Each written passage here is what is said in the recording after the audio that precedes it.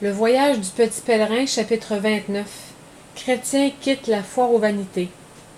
Chrétien savait avec certitude que les anges allaient emmener Fidèle en la présence du roi. En pensant à cela, il oublia un instant que lui-même était encore à la foire aux vanités, entouré des serviteurs du méchant prince. Soudain, les enfants de la ville poussèrent une grande clameur de joie, car ils aimaient à voir punir un pèlerin. Ce cri fit tressaillir Chrétien. Il se retourna pour regarder une fois encore son précieux ami. Mais le roi est compatissant. Il ne permit donc pas que Chrétien sût tout ce que souffrait Fidèle. Une sorte de brouillard passa devant les yeux du jeune garçon, et il cria de nouveau. « Ô Fidèle! Fidèle! » Puis une sensation étrange s'empara de lui. Il lui sembla que sa mère traversait la foule, l'enlevait dans ses bras et le portait dans un large espace découvert, où il n'y avait ni soldats, ni enfants, ni moqueurs, ni aucun tapage. Il resta là trop fait pour parler ou même bouger. Quand enfin il ouvrit les yeux, il se trouva dans une prison, étendu sur un lit. Une femme se penchait vers lui. Elle était élégamment habillée, comme elles le sont toutes à la foire aux vanités. Sa figure était agréable, mais elle ne ressemblait en rien à la maman de Chrétien. C'était la femme du geôlier. Lorsque le soldat chargé de garder Chrétien lui avait amené le malheureux garçon évanoui, vite elle avait été chercher de l'eau fraîche pour laver la figure et les mains de l'enfant, puis s'était assise auprès de lui. « Pauvre petit, dit-elle quand il ouvrit les yeux, tu es trop jeune pour être un pèlerin. Reste auprès de moi, je prendrai soin de toi. »« Merci, vous êtes bonne, répondit faiblement Chrétien, mais je ne peux pas rester. Je vais chez le roi. »« Ah, moi aussi je me suis une fois mise en route pour aller chez le roi. Mais le chemin était trop difficile.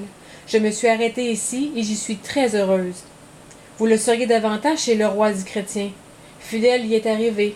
J'ai vu les anges qui l'attendaient. Si un jour on me laisse sortir de prison, je m'en irai le plus vite possible jusqu'à la cité céleste. » La femme caressait doucement le cheveu de Chrétien. « Fidèle est mort, murmura-t-elle, mais on ne te tuera pas. Je crois que j'aurais mieux aimé être mise à mort, parce que je serais arrivée plus tôt à la cité. Maintenant, on va peut-être me garder toujours ici, ou alors il faudra que je chemine seule. On ne te laissera pas en prison, on ne te laissera en prison que quelques jours, répondit la femme. Mais je t'en prie, demeure avec moi, je serai bonne pour toi. Chrétien secoua la tête. Non, dit-il, je ne peux pas. J'aime le roi, je vais à lui. Quelques jours plus tard, en effet, le gardien avait annoncé à Chrétien qu'il avait reçu l'ordre de le mettre en liberté. La femme qui avait pris soin du garçonnet était triste de le voir partir. Elle l'embrassa et lui demanda de penser quelquefois à elle. « Je raconterai au roi ce que vous avez fait pour moi, promit Chrétien.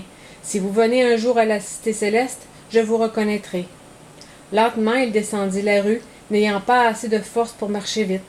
Il craignait un peu d'attirer l'attention sur lui, mais la mort de Fidèle avait satisfait les méchants enfants de la foire aux vanités, et ils se contentèrent de se moquer de lui.